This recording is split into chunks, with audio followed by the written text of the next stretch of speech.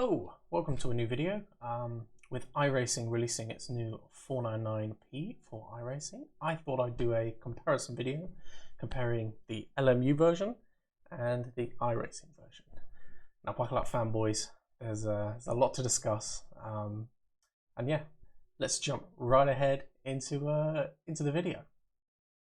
Hello, join me in the pits at Spa-Francorchamps.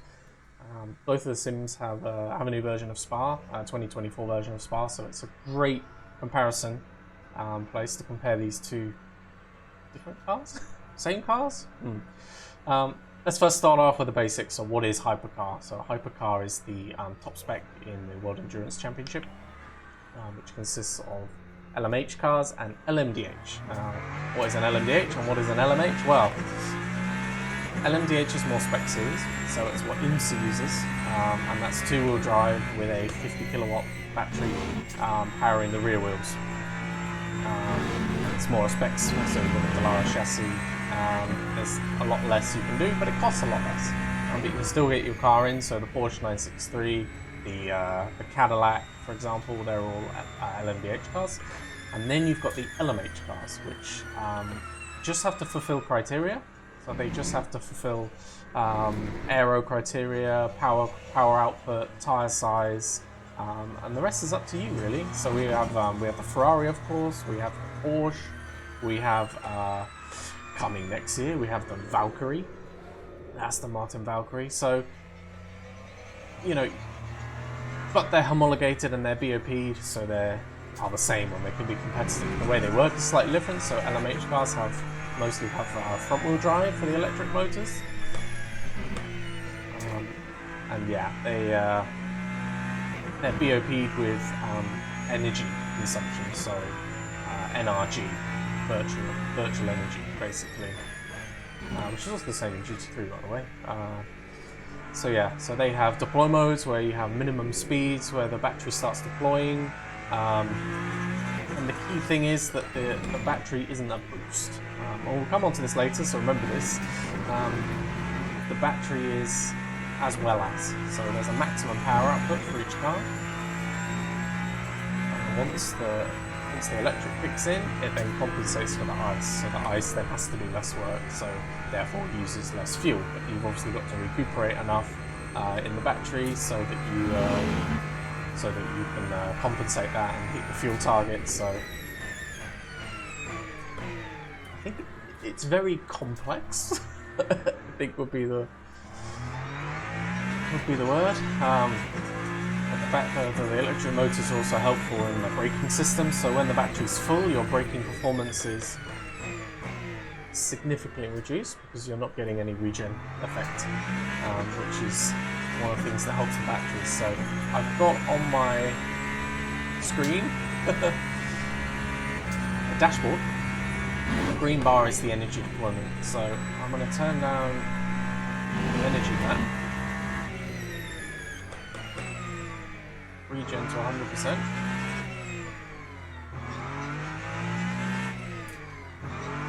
SOC 100. Now as I drive along, my braking performance is going to be significantly reduced because I don't have the batteries full, so it doesn't need to regen anymore. So we come down into Bruxelles and our normal braking point, and away she goes.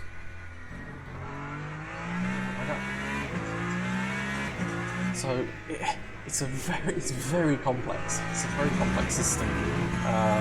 It takes some kind of getting used to and working out how much motor deployment you want to have, how much regen. You also mainly leave it on full, but you want to make sure you're deploying enough so you're not on full battery, but also so that you're helping the engine and saving fuel. Old tyres.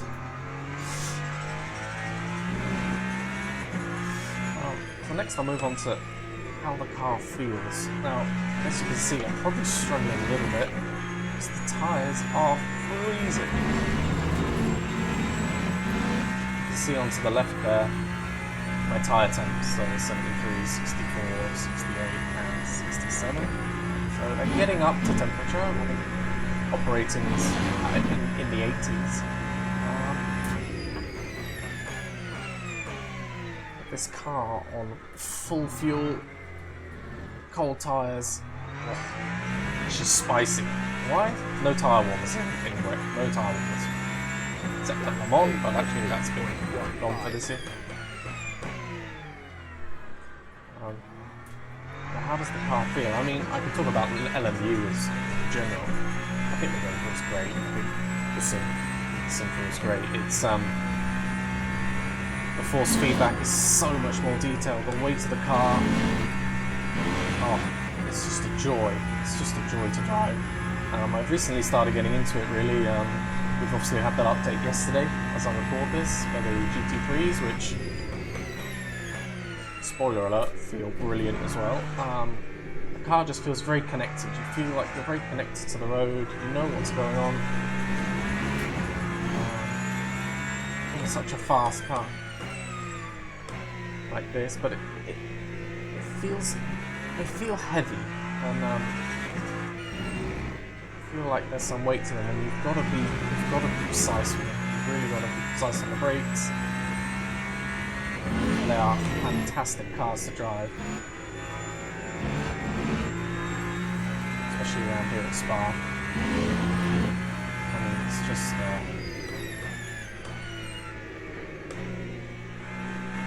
wonderful to drive.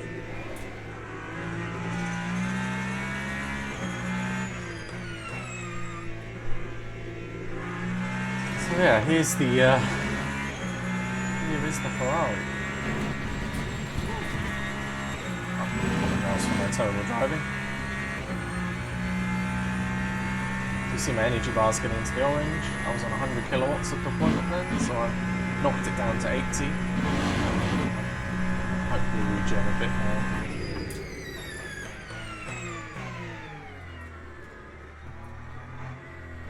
How good does this car sound, by the way?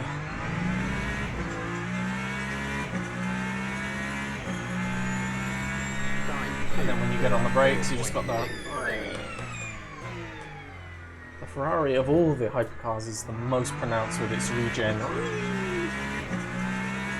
Reminds me of watching Jimmy Broadbent in the R18. Oh. And then we'll come on to the iRacing version in a minute. Yeah, what else to say really?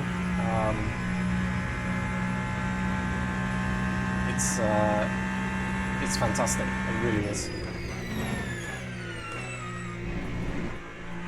This version of Spa is pretty good as well.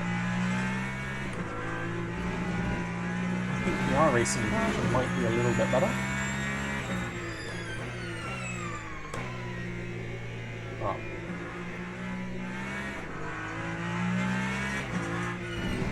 who doesn't love Spa?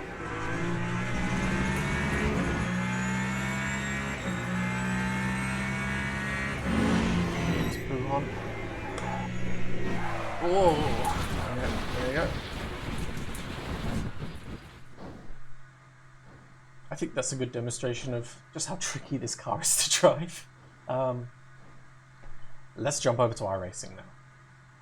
Okay, here we are. We're in iRacing. We're in similar conditions, 20 degrees, 6 PM.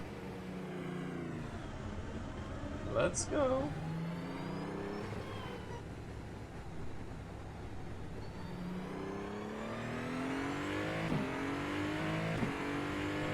Oh, so what is the iRacing version like?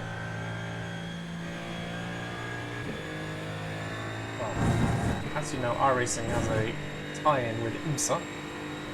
So all of the GTP cars, that's what they're known as in IMSA, so the Cadillac, Porsche, the Acura, and the BMW are all GTP spec cars, which is the LMDH spec cars, which is the rear-wheel drive, 50 kilowatt hour, 50 kilowatts of power at the rear. But this is not that.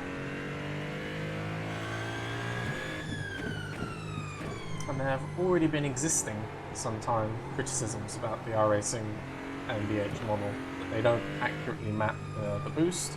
So the the boost is that. It's a boost. It's like 2009 Airs. It's just like... You should see on my map, on my dash, that you've got SOC. Goes up in green.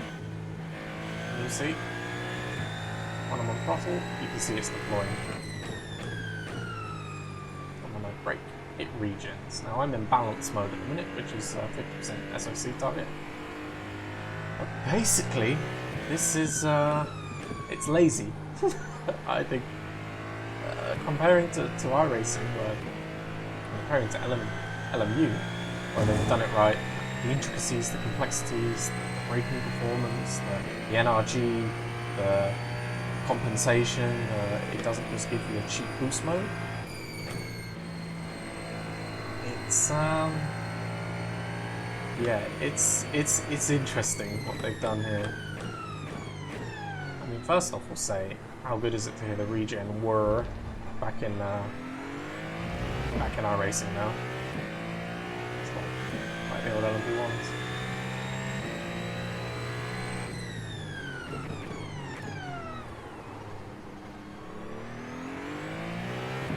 But it's all fake. Spoiler, it's all fake. It's basically the same as the other cars, as the other GTPs, just with a Ferarri skin on it, and it's a different car. You know, you could feel cheated as a consumer if you don't know. You know, oh yeah, I'm getting the new hypercar from Ferarri. Are you? I don't think so. One thing that really irks me is the sound. So look at me, I'm 135 now, so there's the trigger speed for the battery for the front wheel drive is 190 kilometers an hour. That's what it is. And listen, when I hit 190, listen to the engine, but look at the SOC. Going out, and then it kicks in the electric.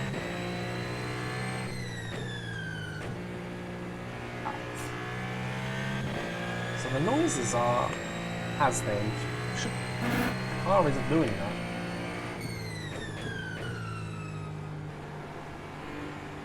The car isn't doing that at all. Do you know what's even worse?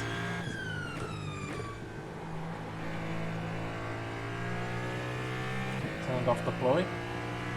What happens when we hit 190? The noise comes in. So the noise is just mapped to the speed. And it takes you out of it. It really does take you out of it, because the car is now slower. It doesn't have the same speed. You know, turn it back on.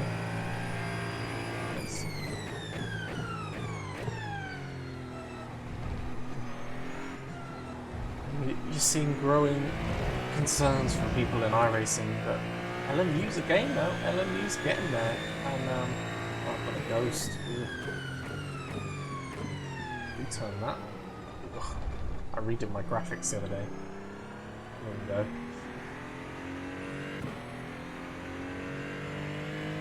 Oh. I'll take reference. That's it. I redid my graphics the other day because I was struggling.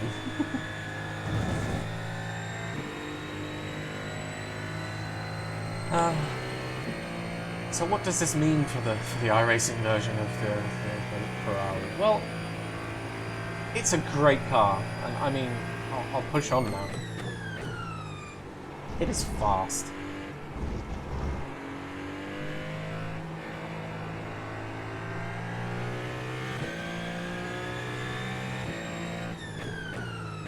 It is a fast car. It's too fast, if anything.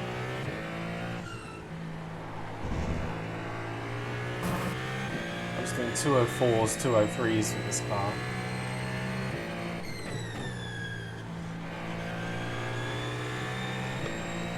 This car, you just have to recalibrate going from the LMU car to this car because it's a freaking rocket ship.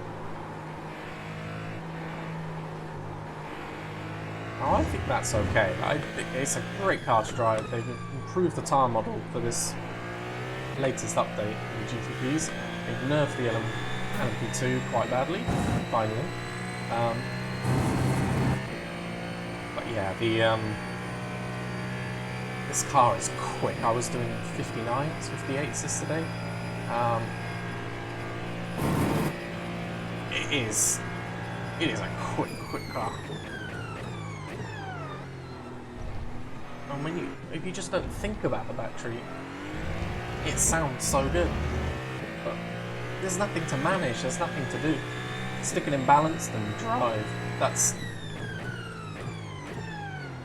It's almost an insult to sim racers. I think, you know, they've done it. They've done complex hybrid systems with the LMP2, the LMP1, sorry, the Porsche and the Porsche 919 and the R18. They've done it. They've proved it. That was very complex to work. You know, you had to watch YouTube videos and read manuals to work out actually how to do shit. This is more get in, get on track, stick a setup on, and freaking send it. Now I'm not one of these tribalists. This game's better than that game. I think every game has good things about it. And it feels good. It does feel good.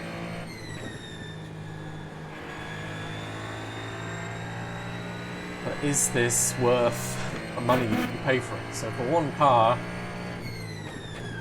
you get the DLC for LMU.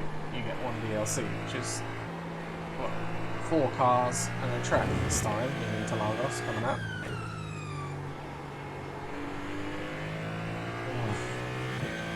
It's the age-old iRacing cost. Is it worth it? Yeah, if you're going to be doing IMSA this season, if you want to be doing the Enduros, it's a great car to drive this. I'm looking forward to putting the Send It livery on. But can you call it you know, a GTP? It's just far too fast. I mean, it drives great. There we go. So we've done a 2019. Let me put it in quali mode. Let's see just how much faster it goes. Watch the relative.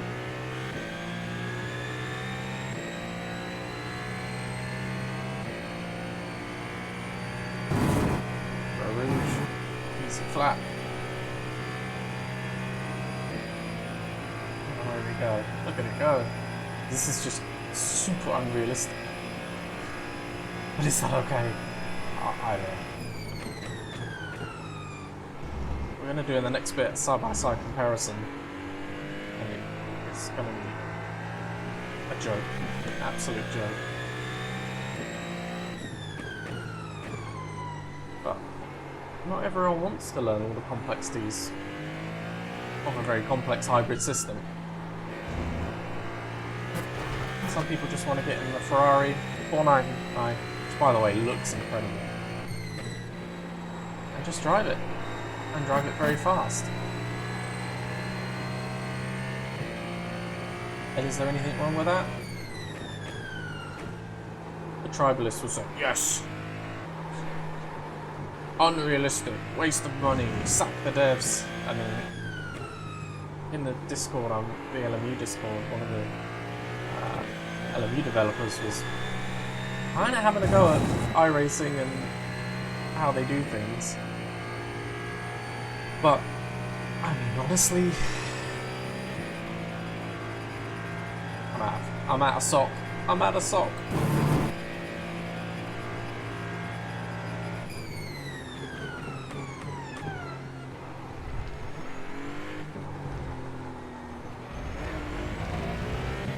But yeah, I mean, there we go. Yeah, 201. And that wasn't even a good lap.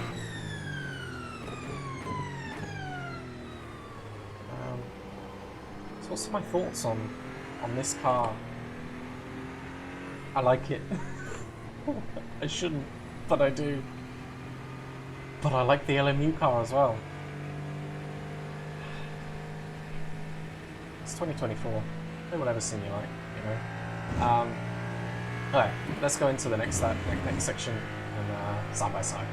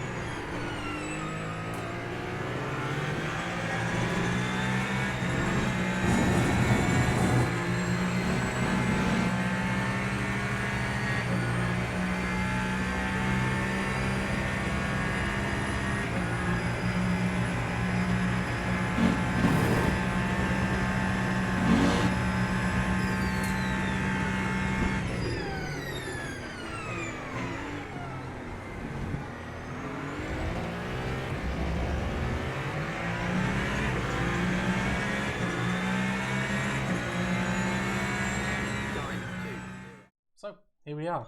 Final thoughts. What do I think? I mean, iRacing, Le Mans Ultimate, it's apples and pears. You're comparing two just totally separate cars. The iRacing version is nimble, it's fast, it's an absolute rocket ship. You just chuck it in. The LMU car, it feels heavy. It feels like it's got some weight to it. It feels like it's a little bit on edge.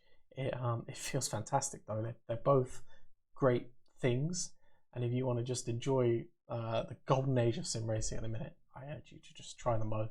I think if you're going on what's more realistic, well, it's obviously LMU. LMU is a far greater simulator in terms of complexity for the hypercars. I don't think that necessarily means it's better. I think this season coming is going to be fantastic for iRacing with the GTPs, with the new tyre model. LMPs 2's getting nerfed, so more people will maybe come back to GTP. And you've got 5 cars in the IMSA class to do enduros in. I mean, what's not to love?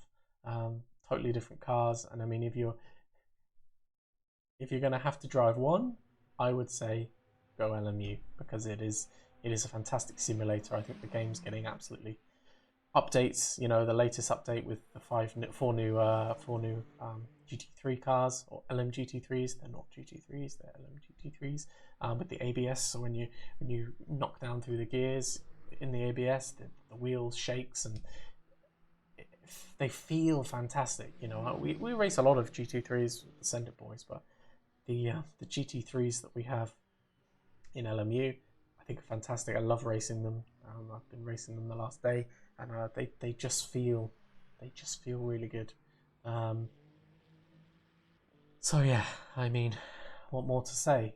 I mean, you can be pissed with how the iRacing implementation has been done, but it's consistent, and you know, as a nerd, I'd love to have a more complex hybrid system in iRacing. I think it'd be fantastic for the long enduros and things, but they have so much more going on in iRacing. They're not like LMU, where they're laser focused on, you know, 2 or 3 classes.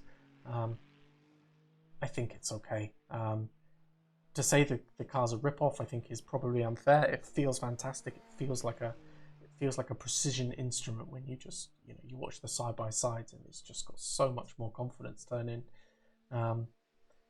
Yeah, I'd race both of them to be honest.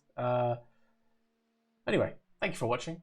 Thank you for enjoying my ramble, and thank you for enjoying the content. Like, subscribe, comment. Tell me what you think. Let's keep it civil. Sim racing is getting very tribal at the minute, and I'm not necessarily a fan of that. We're in a golden age, lads. Let's just enjoy it. Let's just enjoy it. And on that note, see you in the next one. Peace.